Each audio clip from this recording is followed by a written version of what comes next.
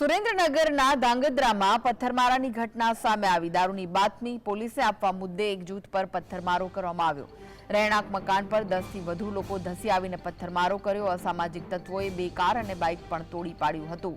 મકાન પર પથ્થરમારો કરવામાં આવતા મકાનમાં પડેલી ઘરવખરીને પણ નુકસાન થયું। સુરેન્દ્રનગર જિલ્લામાં કાયદો અને વ્યવસ્થાની સ્થિતિ ફરી એકવાર કથળી હતી।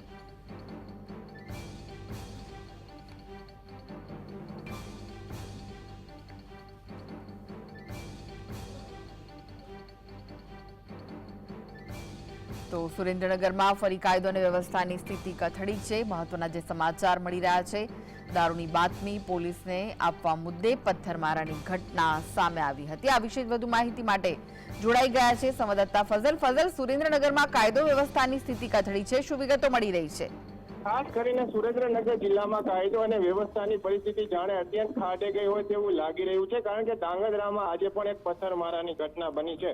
ઉલ્લેખનીય છે કે દારૂની બાતમી પોલીસને આપવા મુદ્દે એક જૂથ થઈ અને પથ્થરમારો કરવામાં આવ્યો છે। 10 જેટલા લોકો રહેણાંક મકાન ખાતે દોડી આવી અને પથ્થરમારાની ઘટનાને અંજામ આપ્યા હોવાનું સામે આવ્યું છે। આ પથ્થરમારાના ઘટનામાં 2 કાર, બાઇક અને અન્ય જે ઘર વખરી છે તેને વ્યાપક નુકસાન પહોંચ્યું છે। જો કે આ બાબતની જાણકારી ધાંગધ્રા પોલીસને થતા તાત્કાલિક ધાંગધ્રા પોલીસ ત્યાં દોડી ગઈ છે અને આ મુદ્દે તપાસના આદેશો આપવામાં આવ્યા છે। પરંતુ હાલ પરિસ્થિતિ એવી છે કે સુરેન્દ્રનગર જિલ્લામાં ચોરી, લૂંટફાટ, મારામારી અને ફાયરિંગ બાદ હવે પથ્થરમારાની ઘટનાઓ પણ એક સપ્તાહમાં અંજામ લઈ રહી છે। પોલીસનો ગુનેગારોને કોઈ પણ પ્રકારનો ખોફ જ ન રહ્યો હોય તે પ્રકારની બનાવો સુરેન્દ્રનગરમાં બની રહ્યા છે। ત્યારે હવે કાયદો અને વ્યવસ્થાની પરિસ્થિતિ ખાડે ગઈ હોય તેવું લાગી રહ્યું છે। હવે આ તાત્કાલિક આ કાયદો અને વ્યવસ્થાની પરિસ્થિતિ સુધરે તે જરૂરી બન્યું છે અને લોકો પણ હાલ એવું ઈચ્છી રહ્યા છે। જી આભાર ફઝલ માહિતી આપવા માટે।